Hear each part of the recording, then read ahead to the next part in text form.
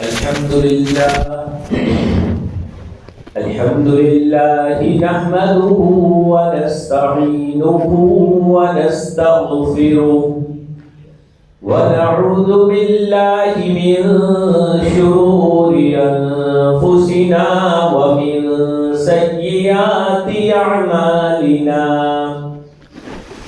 من يهده الله فلا مضل له ومن يضلله فلا هادي له ونشهد أن لا إله إلا الله وحده لا شريك له ونشهد أن سيدنا ومولانا محمدا عبده ورسوله أما بعد فأعوذ بالله من الشيطان الرجيم بسم الله الرحمن الرحيم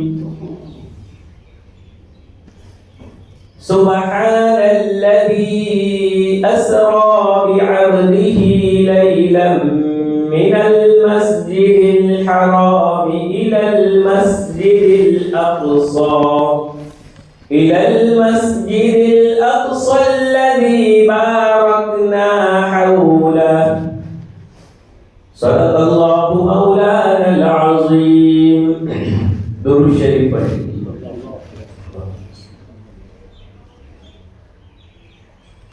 عزیزان گرامی، بزرگوں اور عزیز ساتھیوں، اللہ رب العالمین کا احسان اور کرم ہے کہ اللہ رب العالمین نے ہمیں جمعہ جیسا مبارک دن عطا فرمایا، اور جمعہ جیسے مبارک دن کے اندر ہم سب کو اپنے گھر کے اندر حاضری کی توفیق عنایت فرمائی. یہ اس کا بہت بڑا کرم اور احسان ہے. آپ تمام جانتے ہیں کہ رجب کا مہینہ شروع ہو چکا ہے.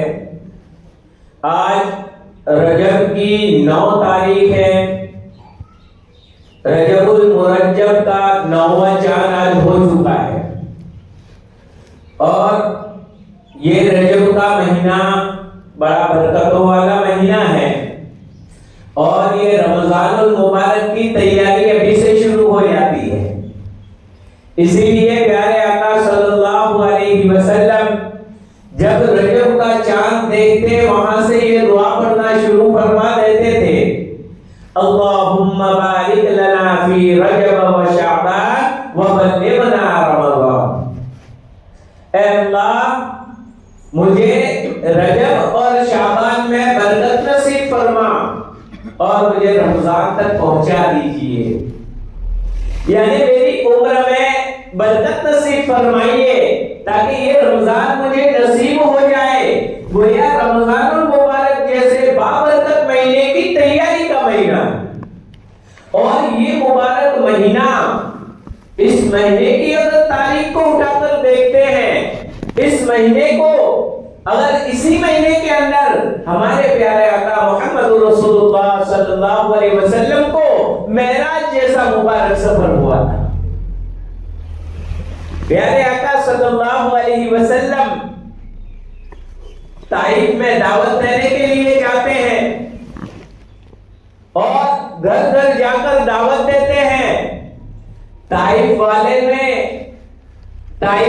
نے حضور اکرم صلی اللہ علیہ وسلم کی بات کو سننا اور بات کو ماننا تو درکنار، آپ کو ستایا، پریشان کیا، آپ کے پیچھے آوارہ بچوں کو لگا دیا، آپ پر پتھر برسائے، یہاں تک کہ آپ کا جسم مبارک لہو لہان ہو گیا. حضور اکرم صلی اللہ علیہ وسلم وہاں سے واپس آتے ہیں. مکہ مکرمہ میں نو انٹری، نہیں آ سکتے، آوے تو ان کو سزا. پوچھ رہے بھائی کوئی مجھے میری حفاظت کرو. تو آخر میں ایک شخص جس نے کہا کہ محمد رسول اللہ صلی اللہ علیہ وسلم میری امان میں ہے، اور مطعم جن کا نام ہے، اگرچہ وہ ایمان نہیں لائے لیکن اپنے بچوں کے ساتھ وہاں پہنچے۔ مطعم ابن عدی جا کر کہنے لگے کہ میرے پناہ میں ہے اور میرے بیٹوں کے ساتھ میں ان کو لے کر آ رہا ہوں، مکہ میں انہیں کوئی پریشان نہیں کر سکتا۔ تو ابو جہل فوراً آیا اور آ کر کہتا ہے کہ اے مطعم، کیا تم نے اپنے دین کو چھوڑ دیا؟ کیا تم محمد رسول اللہ صلی اللہ علیہ وسلم کے دین میں چلے گئے؟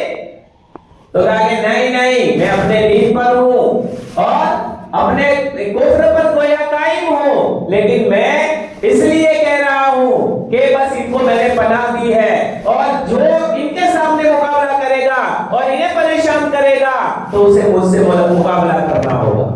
ابو جہل نے کہا ٹھیک ہے، پھر تو کوئی حرج نہیں۔ اس واقعے سے ایک بات سمجھ میں آتی ہے کہ جو اسلام کے مخالفین ہیں، اسلام کے دشمن ہیں، ان کو ہماری ذات سے کوئی لینا دینا نہیں، ان کو اسلام سے لینا دینا۔ جہاں کہیں بھی کوئی اسلام میں ترقی کرتا ہے، دین میں ترقی کرتا ہے، دین میں آگے بڑھتا ہے، دین کی بات کرتا ہے، دین اسلام کا نام لیا جاتا ہے، دین اسلام کا نام روشن ہوتا ہے، ارے دینی ناموں سے بھی ان کو چیڑ ہونے لگتی ہے۔ انہوں نے پناہ دی محمد رسول اللہ صلی اللہ علیہ وسلم کو، لیکن کہا کہ نہیں، میں نے دین نہیں چھوڑا، میں آپ کے دین پر ہوں، ان کے دین پر ہوں، کافروں کے دین پر ہوں۔ تو کہا کہ کوئی حرج نہیں۔ خیر، حضور اکرم صلی اللہ علیہ وسلم ایک طرف طائف والوں نے ستایا، ایک طرف دین کی محنت کی، اور محنت کرنے کے باوجود نتیجہ نہیں ملا، کوئی ایک آدمی بھی کلمہ پڑھنے والا طائف میں نہیں ملا۔ مایوس ہو گئے، نا امید ہو گئے، اور آ کر ناراض ہو کر بیٹھتے ہیں۔ اللہ رب العالمین کہاں دیکھ سکتے ہیں؟ پیارے آقا صلی اللہ علیہ وسلم کی محبت ہمارے سینوں میں بھری ہوئی ہونی چاہیے۔ بھائی ہے کہ نہیں ہے؟ بھائی ہے نا پیارے آقا کی؟ ارے ہم کیا محبت کریں، ہم تو جھوٹی محبت کے دعوے کرتے ہیں۔ خود اللہ رب العالمین، اللہ جل جلالہ کو آقا صلی اللہ علیہ وسلم سے محبت ہے۔ آقا کی رحمت جوش میں آ گئی، میرے حبیب کو تکلیف پہنچے، میرے حبیب مایوس ہو جائے، میرے حبیب ناراض ہو جائے، نہیں، یہ نہیں ہو سکتا۔ فوراً حضور اکرم صلی اللہ علیہ وسلم کی دلجوئی کے لیے، آپ کے دل کو خوش کرنے کے لیے، آپ کے غم کو دور کرنے کے لیے اپنے پاس سفر کروایا، معراج کا سفر کروایا، اور کہا کہ میرے حبیب آپ کا مقام بڑا اونچا ہے، یہ نانا نہ سمجھے، کوئی بات نہیں، آپ آ جائیے، میرے پاس آ جائیں گے۔ اور یہ سفر بھی اس انداز سے کروایا کہ ایک رات کے اندر، مختصر وقت کے اندر، بالکل مختصر تھوڑے سے وقت میں، راتوں رات مکہ مکرمہ سے فلسطین، وہاں مسجد اقصی، یہ سفر ہوتا ہے، اور مسجد اقصی سے پھر آسمانی سفر شروع ہوتا ہے۔ مسجد اقصی سے پھر آگے کا سفر آسمانی سفر، پہلے آسمان پر، دوسرے آسمان پر، تیسرے آسمان پر، حتیٰ کہ 7ویں آسمان پر، وہاں سے بھی آگے بڑھتے ہیں۔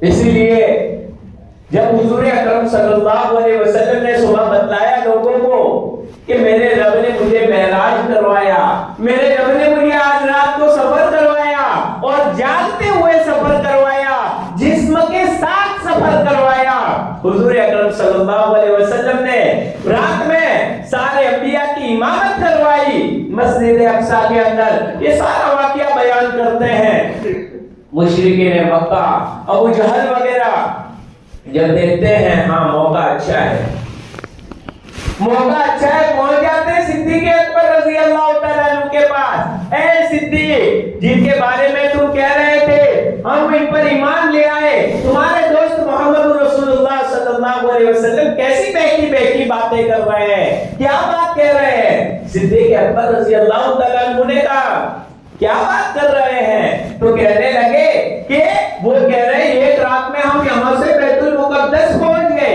اور اس زمانے میں ہوائی جہاز کا تو زمانہ نہیں تھا، بیت المقدس وہاں سے کافی دور، پھر ساتوں آسمانوں کی سیر کرنا، اور وہ بھی ایک رات میں. تو یہ کہا کہ کیسے ممکن ہو سکتا ہے؟ اور آپ کے ساتھی تو ایسی باتیں کر رہے ہیں. صدیق اکبر رضی اللہ تعالیٰ عنہ پہ ایمان پر قربان جائیے. آج کل تو معجزے کے بارے میں ذرا سی بات آتی ہے، کوئی کہتا ہے ایسا تو ہو سکتا ہے.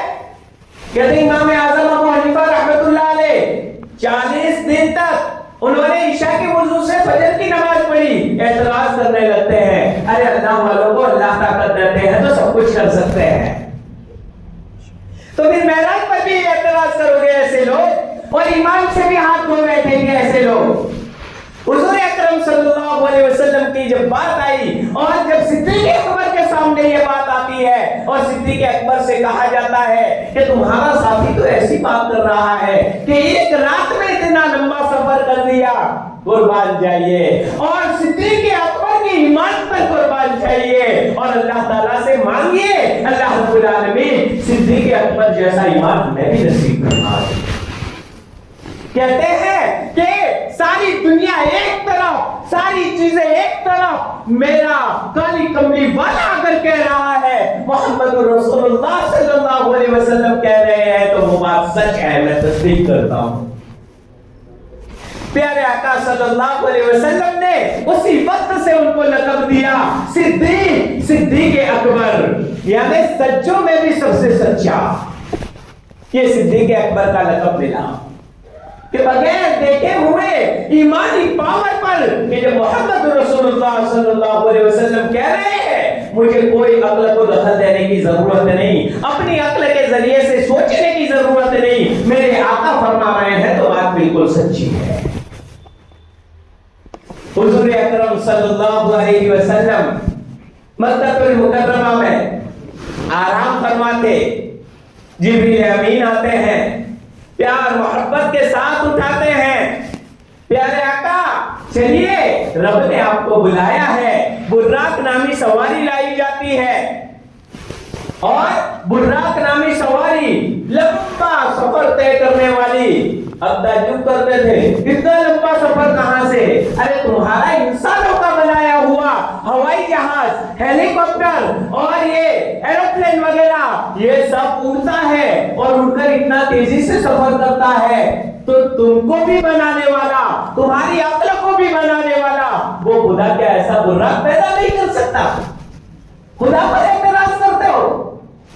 یاد رکھو انبیاء کرام علیہ السلام کے جو معجزات ہوتے ہیں نا، اس معجزے کے پیچھے طاقت اللہ کی ہوتی ہے. اسی طرح سے ولیوں کی جو کرامات ہوتی ہے اس کے پیچھے بھی طاقت اللہ کی ہوتی ہے. جادو میں آنکھوں کا دھوکہ ہوتا ہے اور یہاں حقیقت ہوتی ہے، آنکھوں کا دھوکہ نہیں ہوتا. اسی لیے تو موسیٰ علیہ نبینا علیہ السلام جب جادوگروں نے رسیاں پھینکی، اللہ رب العالمین نے فرمایا اے موسیٰ تمہارے ہاتھ میں کیا ہے؟ کہا عصا، ڈال دو. جب ڈال دیا سارے سپولیوں کو کھا گیا. جادوگروں نے سمجھ لیا یہ جادو نہیں ہے، یہ حقیقت ہے.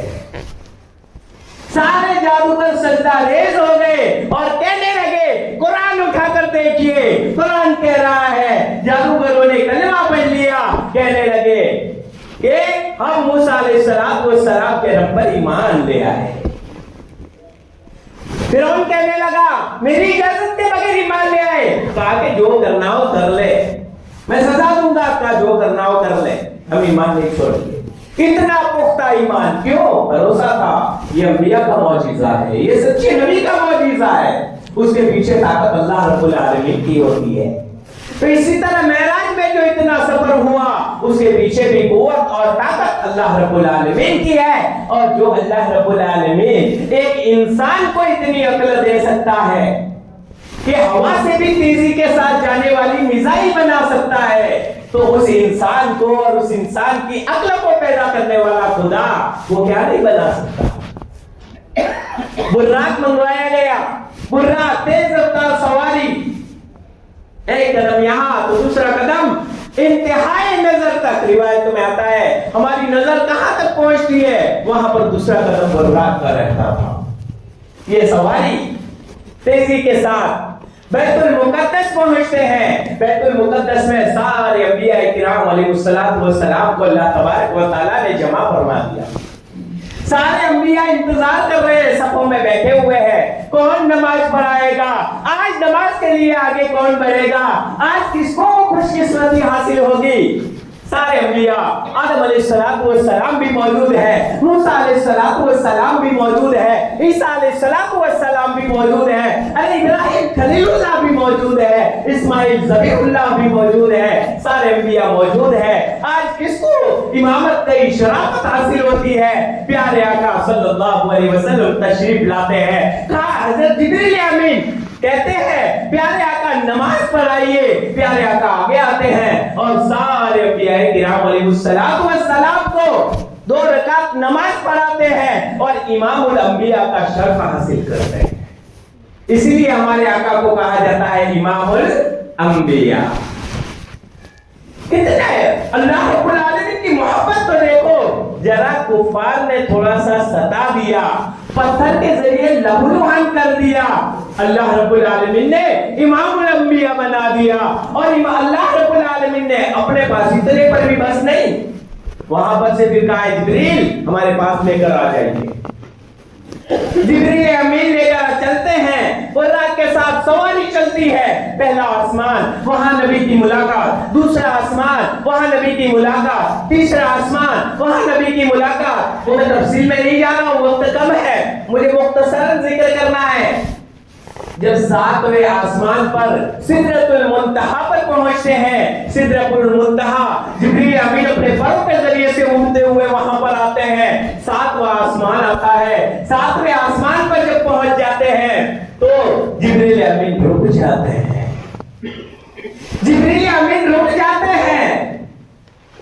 حضور اکرم صلی اللہ علیہ وسلم فرماتے ہیں چنر دوستی مخلصم یافتی انانم سے صحبت چرات آفتی. شیخ سعدی رحمت اللہ علیہ نے فارسی زبان پہ بہت شاندار اشعار کہے ہیں کہ ارے دوستی میں تو مجھے مخلص پایا, میں نے آپ کو مخلص دوست پایا, اور دوست کبھی ساتھ نہیں چھوڑتا ہے, تو میرا ساتھ کیوں نہیں چھوڑ دیتے, چلو آگے بڑھو. جبریل امین کہتے ہیں نہیں میں نہیں آؤں گا, اب آپ اکیلے آگے جائیں گے. کہا کہ بھائی میرے سچے دوست ہیں, دوستی میں تو مجھے مخلص پایا, اب آگے کیوں نہیں بڑھ رہے ہیں, آگے بڑھیے. کہا کہ نہیں آپ ہی آگے جائیں گے. حضور اکرم صلی اللہ علیہ وسلم فرماتے کیا بات ہے. جبریل امین عرض کرتے ہیں اگر یک میسر برتر پرم فروغے تجلا بسوزد پرم. بس یہاں سے بارڈر آ گئی ہماری. اگر ایک بال کے برابر بھی, کون کہہ رہا ہے, جبریل امین کہہ رہے ہیں. کتنے بڑے فرشتے, سارے انبیاء پر وحی لانے والے فرشتے, سارے انبیاء کے پر وحی لے کر آنے والے, قرآن کریم کو لے کر آنے والے فرشتے جبریل امین کہتے ہیں اگر ایک بال کے برابر بھی اگر میں آگے بڑھوں, اگر ایک بال کے برابر بھی میں آگے بڑھوں تو تجلی کی روشنی, اللہ رب العالمین کی تجلی کی روشنی میرے پروں کو جلا کر راکھ کر دے گی اور نیچے گروں گا. بارڈر بند ہے, یہاں سے آگے کوئی نہیں آ سکتا. جہاں کوئی نہیں پہنچا وہاں ہمارے امام پہنچے, ہمارے آقا پہنچے, محمد رسول اللہ صلی اللہ علیہ وسلم پہنچے. کتنے بڑے نبی کی امت میں ہمیں پیدا کیا ہے. سوچے ذرا, جہاں کوئی نہیں جا سکا, حتیٰ کہ جبریل امین جیسے سارے فرشتوں کے سردار بھی نہیں جا سکے, بس وہ بھی رک گئے. امام الانبیاء آگے جاتے ہیں. حضور اکرم صلی اللہ علیہ وسلم آگے بڑھتے ہیں, عرش بھی جھومنے لگتا ہے. کون آ رہا ہے, امام الانبیاء آ رہے ہیں. وہاں پر جاتے ہیں اور جانے کے بعد جیسے ہی وہاں پہنچتے ہیں نورانی پردوں کے ساتھ آمنا سامنا